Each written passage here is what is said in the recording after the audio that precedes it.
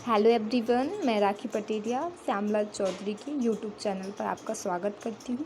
आज अपन लोग पढ़ेंगे मध्य प्रदेश की जनजातियों के बारे में।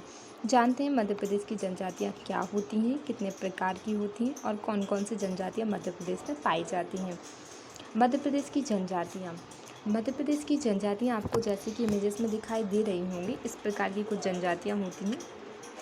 जैसे अपन को इनकी परिभाषा लिखना है तो अपन किस प्रकार से लिख सकते हैं, जैसे कि जंगलों और पहाड़ियों में, मतलब जो आधुनिक सभ्यता से दूर निवास करते हैं जंगल वाले इलाके में, उन लोगों को ही जनजाति कहा जाता है। और इनकी अपनी अलग भाषा होती है, अलग देवी देवता होते हैं और अलग ही इनकी संस्कृति होती है। जैसे इनकी इस प्रकार की कुछ संस्कृति आपको दिखाई दे रही होगी। और भाषा इनकी बहुत अलग होती है। जैसे ये खेतों में कभी काम करने के लिए आते हैं तो इनकी भाषा आप लोगों ने देखी होगी, बहुत ही डिफरेंट प्रकार की होती है और इनके देवी देवता भी अलग ही होती हैं। जनजाति को अन्य नाम शेड्यूल ट्राइब दिया गया है। सर्वप्रथम जनजाति के जनक को ठक्कर बाबा थे, जिन्हें आदिवासी का मसीहा भी कहा गया है। जनजाति का उल्लेख भारतीय संविधान की 5वीं और 6ठी अनुसूची में 5वीं अनुसूची में इसका जिक्र किया गया है, जबकि 6ठी अनुसूची में कुछ राज्य हैं जिन्हें विशेष दर्जा दिया गया है, जैसे असम, मेघालय, त्रिपुरा और मिजोरम। अब इनकी अर्थव्यवस्था के बारे में जान लेते हैं अपन लोग। इनकी अर्थव्यवस्था मुख्यतः जंगलों पर आधारित होती है। जंगलों पर कैसे? जैसे इनके पास कोई जॉब तो होती नहीं है, जहाँ ये काम करने के लिए जाते हैं खेतों में, वहीं के आसपास ये घर बना लेते हैं घास फूस के और उसमें निवास करने लगते हैं, इसलिए इनकी अर्थव्यवस्था जंगलों पर आधारित होती है। जान लेते हैं राज्य की अन्य जनजातियाँ कौन कौन सी हैं। आपको दिखाई दे रही होगी, ये गौड़ जनजाति है। ये भारत की सबसे बड़ी जनजाति है और मध्य प्रदेश की दूसरे नंबर की जनजाति है।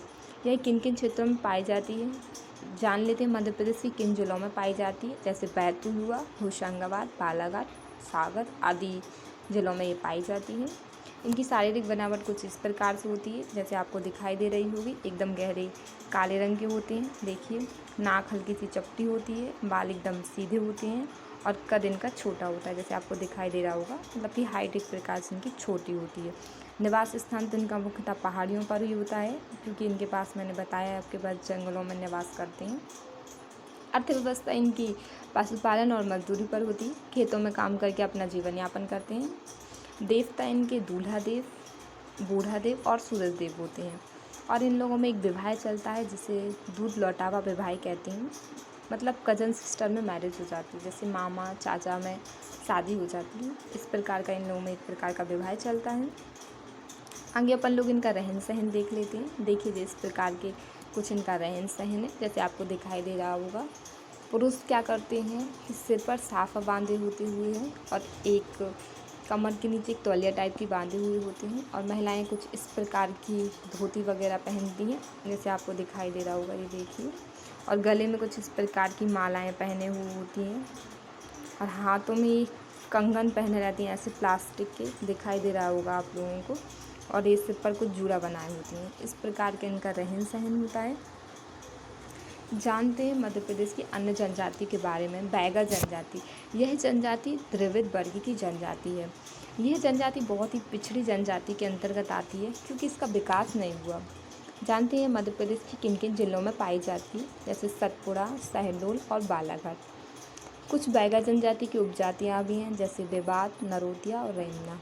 इनकी अर्थव्यवस्था मुख्यतः प्रगति पर आधारित होती है और ये भोजन के रूप में फल और कंदमूल खाते हैं, क्योंकि इन लोगों के पास और वहाँ पे जंगलों में और तो कुछ होगा नहीं, तो इस प्रकार ये फल और कंदमूल का इस्तेमाल करेंगे। इनकी कुछ बनावट इस प्रकार से होती है, जैसे आपको दिखाई दे रहा होगा। इनका रंग एकदम काला टाइप का होता है और बाल सीधे होते हैं और कद एकदम ऊंचा होता है, दिखाई दे रहा होगा। हाइट एकदम फुल सी लग रही है इन लोगों की। निवास स्थान तो देखिए आप, ये जंगलों में रहते हैं, जिस प्रकार से आपको दिखाई दे रहा हो। यहाँ पे अपनी झुग्गी झोपड़ियाँ बना लेते हैं, उस प्रकार से निवास करने लगते हैं। तो इस प्रकार इनका रहन सहन हुआ। जानते हैं इनके बारे में, आपने जान ही लिया होगा इनके बारे में। देखते हैं मध्य प्रदेश की अन्य जनजाति के बारे में, जैसे भील जनजाति। भील जनजाति आपको दिखाई दे रही होगी। इसकी उत्पत्ति भी द्रविड़ भाषा से हुई है। भील का अर्थ होता है धनुष। भील शब्द का जो अर्थ है वो धनुष होता है। और ये किस इलाके में पाई जाती है, ज़्यादातर पश्चिमी वाले क्षेत्र में, जैसे खंडवा, खरगोन वगैरह क्षेत्र में ज़्यादातर देखने को मिलती है। ये दिखाई दे रहा होगा, आप घास के घरों में रहते हैं जी। ये पीछे कुछ इमेजेस में बने दिखाई दे रहे हैं आपको। ये इस प्रकार के कुछ घर होते हैं, यहाँ पे निवास करते हैं। इसके साइड में कुछ मिट्टी वगैरह के घर बना के भी रह लेते हैं। इस प्रकार के इनके घर होते हैं। इनकी कुछ बनावट देख लेते हैं। ये इस तरीके से बनावट होती है इनकी, दिखाई दे रही होगी आपको। ये देखिएगा, ये पुरुषों में, ये महिलाओं में। महिलाएं इस प्रकार की दिखाई दे रही होंगी आप लोगों को। ये देखिए महिलाएं, ये पुरुषों में है।